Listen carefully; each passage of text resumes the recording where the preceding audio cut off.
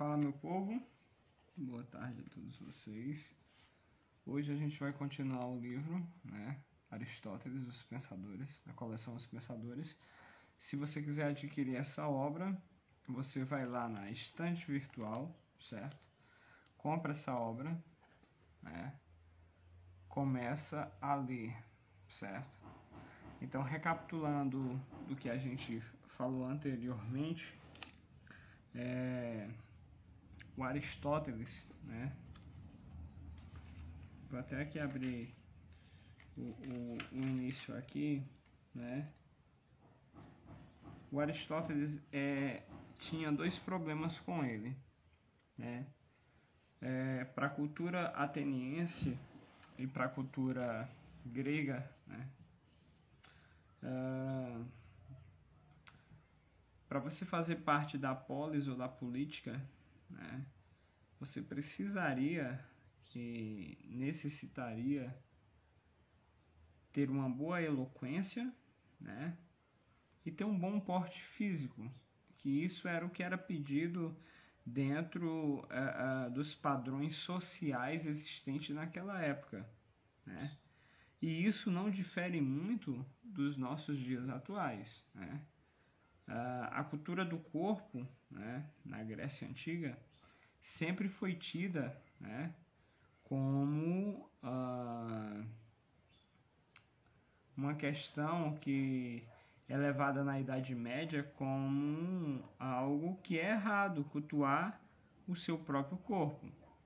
E na verdade hoje em dia, com a modernidade, com os profissionais de educação física, os personal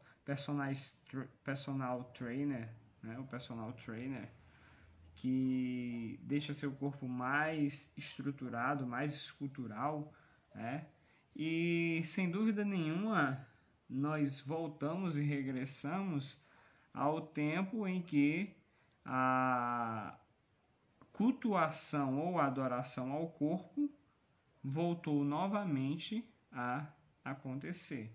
Então, naquela época, você teria que ter um corpo bonito, não só um corpinho bonito, mas tinha que ter uma mente boa e uma boa eloquência, Coisas que o Aristóteles naquela época não tinha, Ele não tinha uma boa eloquência porque ele tinha problema, Não se fala o problema dentro deste livro que nós estamos lendo, Aristóteles, Os Pensadores, mas fica bem claro de que ele tinha um problema de eloquência.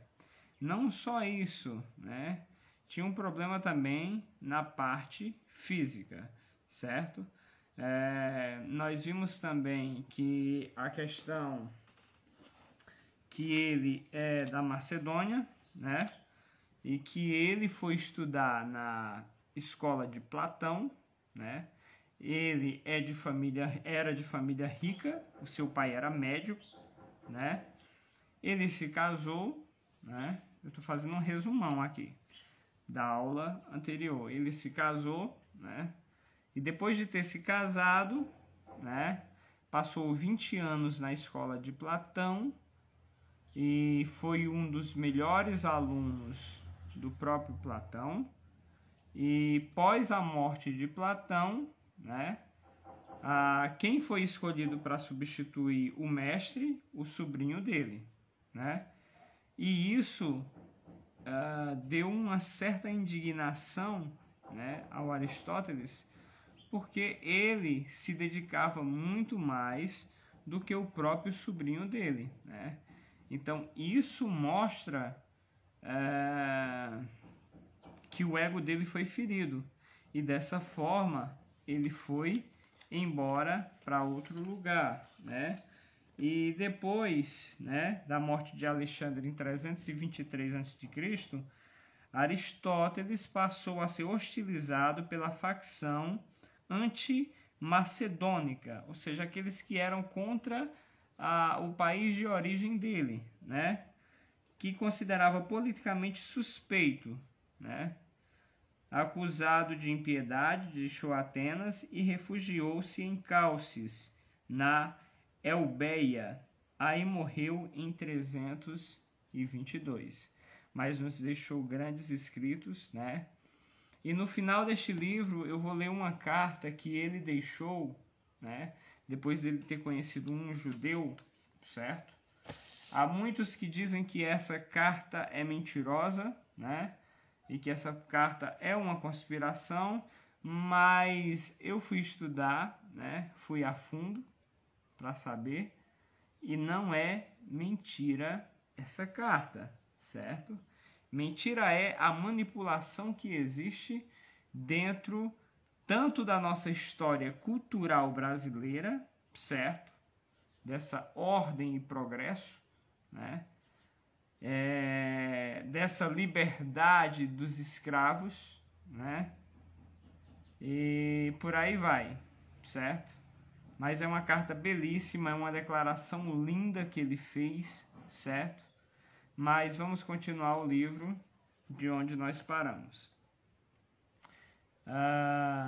O que restou da grande obra? Que obra? A obra de Aristóteles.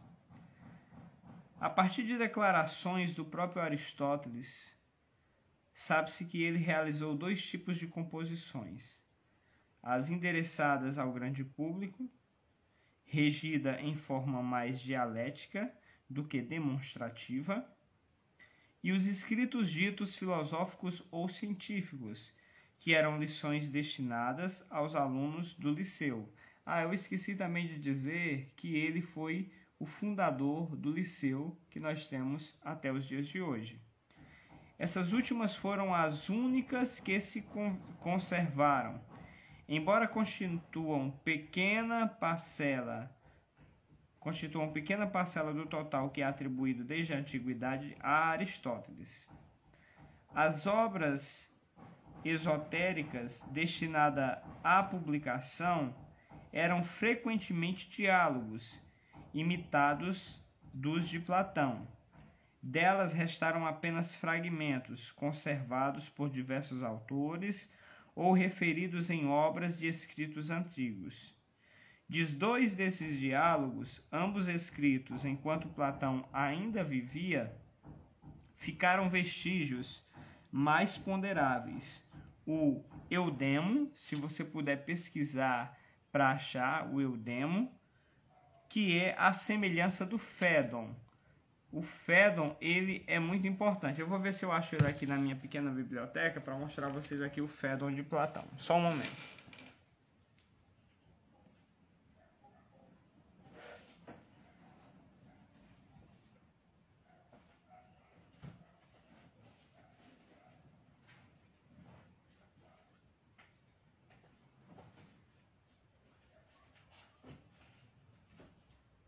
Não vou achar. O Fédon eu emprestei ele há pouco tempo. Eu só vou ter o Fedro, né? O Fedro é...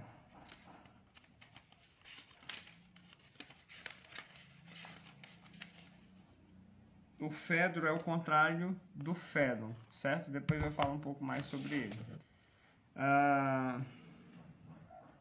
Tratava da imortalidade da alma e do protético, um elogio da vida contemplativa e um convite à filosofia, protótipo de uma espécie de obra que se tornou muito apreciada pelos antigos. Esse diálogo foi mais tarde imitado por Cícero, né, que viveu entre 106 e 43 a.C.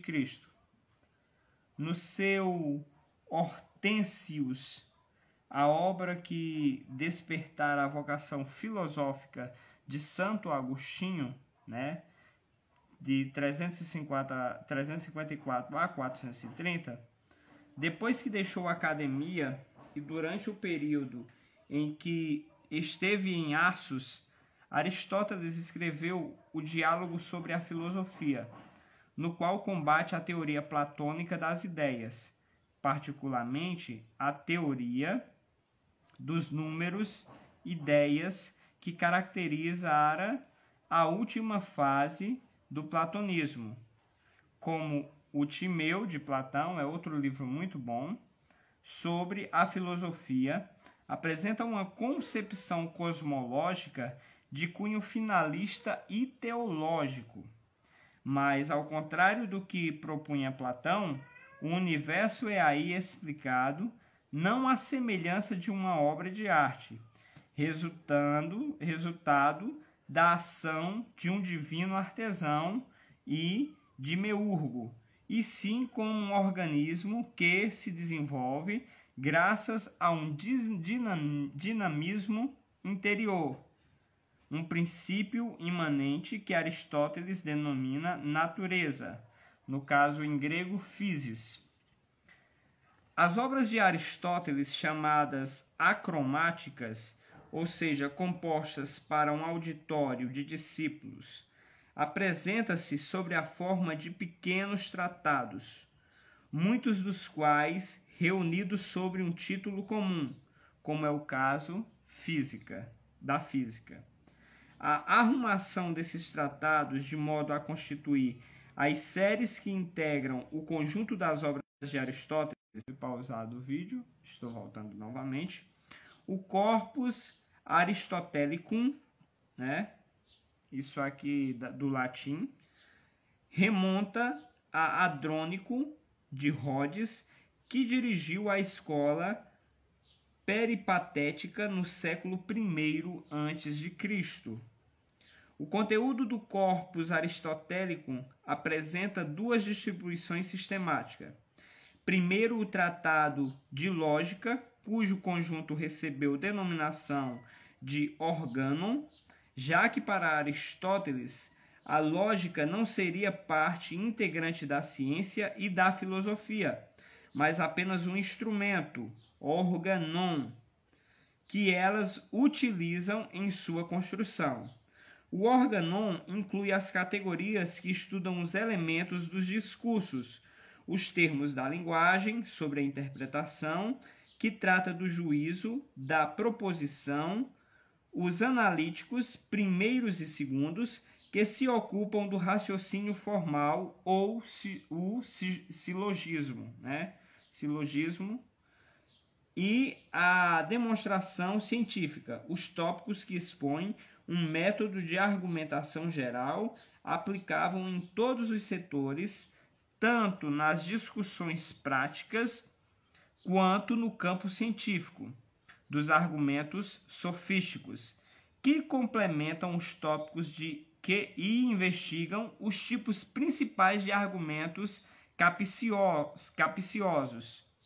Após o organon, o Corpus Aristotelicum apresenta obras dedicadas ao estudo da natureza, né?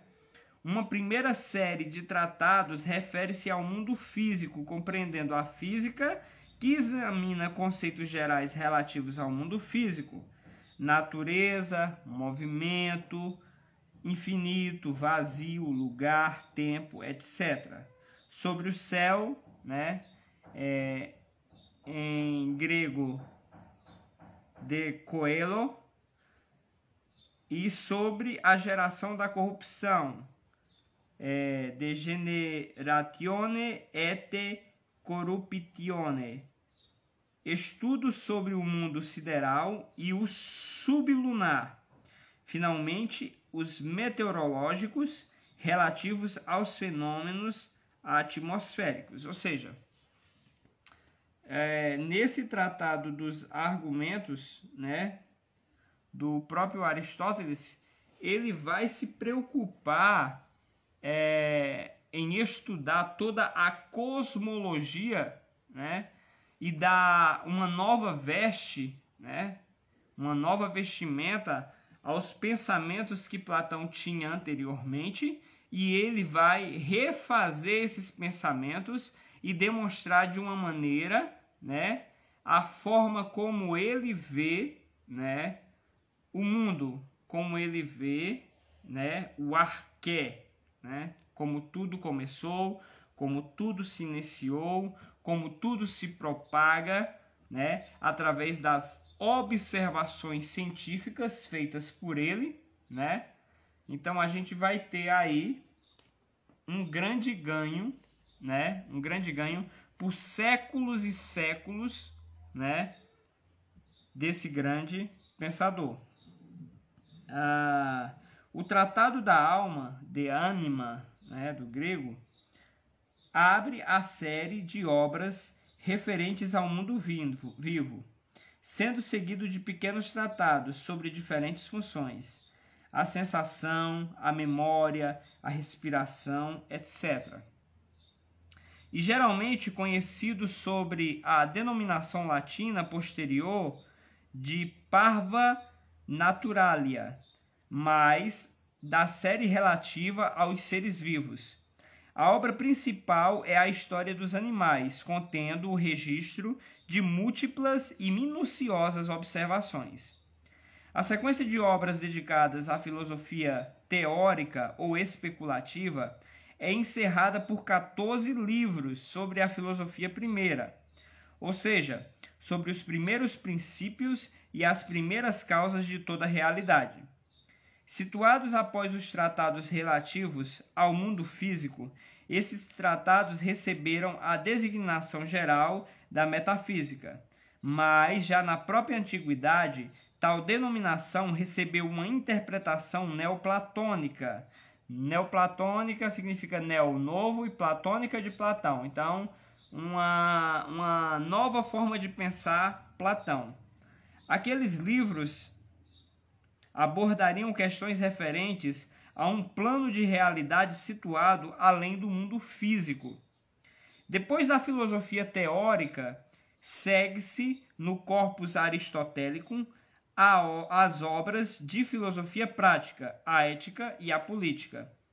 Das várias versões existentes da ética aristotélica, a principal é a ética a Nicômaco. Lembra que Nicômaco era o filho dele? Então, assim chamado porque o filho de Aristóteles foi quem primeiro a editou. Por sua vez, a Ética a Eudemo é hoje geralmente considerada uma redação mais antiga da Ética de Aristóteles, editada por seus discípulos Eudemo e Rhodes. Já a Grande Moral, ou Magna Moralia, seria um resumo da mesma Ética, feito em época posterior. A obra denominada Política é, na verdade, um conjunto de 8 livros que não apresentam encadeamentos rigorosos. A política segue-se à retórica, que se vincula devido ao tema. A arte da argumentação ou dialética expostas nos tópicos organo e, por fim, o corpus aristotélicos apresenta poética, da qual restou apenas fragmentos. Além desses trabalhos considerados autênticos, o corpus abrange ainda alguns escritos a crítica revelou sempre apócrifos, como o Sobre o Mundo, De Mundo, os problemas o econômico e sobre o Melisso, Xenofanes e Górgias, ok? Então, nós vamos parar por aqui. Aristóteles foi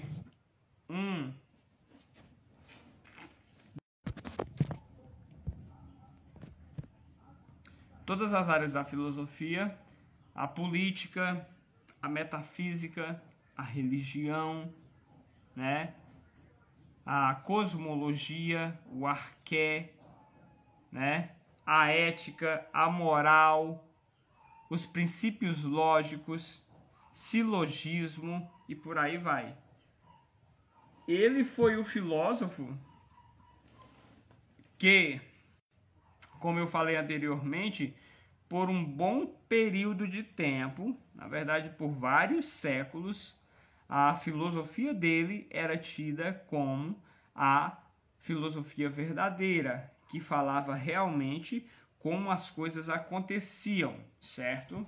Só que depois de algum tempo, né, depois da Idade Medieval, que nós vamos passar pela Idade Medieval, vai aparecer alguns sujeitinhos aí com umas ideias idiotas, né, que parecem ser novas, né, que vão inovar esse novo mundo, que de novo mundo não temos nada, né? É só a gente colocar a nossa mente para poder pensar e tentar raciocinar de uma maneira lógica, de uma maneira crítica, que a gente vai entender que não existe nada de novo debaixo do sol. Nada, né? O que nós temos é manipulação da história, manipulação dos fatos, e nós temos manipulação de todas as coisas que você pensar, nós temos manipulação. E a filosofia serve para abrir a tua mente, né, te tornar um crítico, né, para que você possa entender como realmente o mundo existe, certo? Existem várias questões de fatos que são verdades e existem várias questões que foram apenas criadas e inventadas por homens para enganar você e para te transformar um escravo do sistema, para te robotizar. Essa é a palavra correta. Porque o robô, ele faz as funções que os seus donos mandam. E nós não estamos longe desse conceito. Até porque existem pessoas, né, poderosos que mandam em tudo isso que nós estamos e que chamamos, né, de terra. Né? Então, nós só temos, né, um que é verdadeiro, que se chama Yahweh, né, que até o seu nome foi degradado, né, o seu nome foi paganizado, assim como o nome do seu filho também foi paganizado, e a filosofia serve para isso, serve para te libertar deste mundo de ideologias criadas por homem que querem te prender a pequenos lugares, né? Querem te fazer um gado, né? Seguir em direção a um determinado líder, né?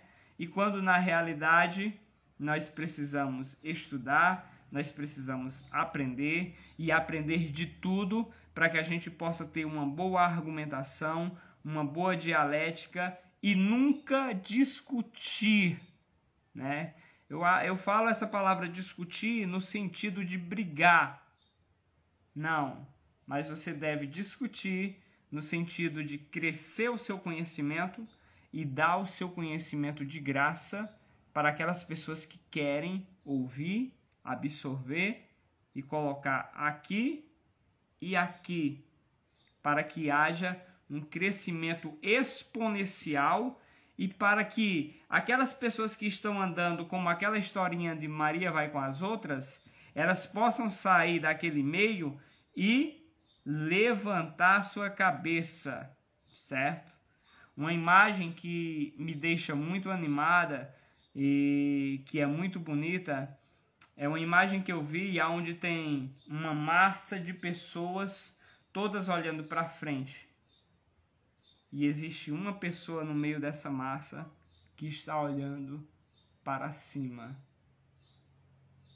Esse é aquela pessoa que se despertou desse mundo mentiroso. Então amanhã a gente volta, né, com a continuação do livro de Aristóteles e vamos ver se a gente termina ele até a próxima semana, tá bom? Eu não estou me estendendo muito na leitura, porque a leitura se torna cansativa, tanto para quem lê, quanto para quem ouve. Então é bom que você absorva, você pode rever esse vídeo quantas vezes você quiser, vai estar disponível aqui no Instagram, e eu vou estar postando também no meu canal no YouTube. Então um grande abraço, certo? E que vocês possam ter essa sabedoria. Lembrando que essa coruja aqui, para quem já conhece, sabe o que significa ela no simbolismo, né? Estou usando ela porque no início do meu curso de filosofia pediram para fazer essa blusa. E eu nem sabia que viria essa coruja. E ela veio, certo? Então, abre os teus olhos, abre a tua mente e um grande abraço.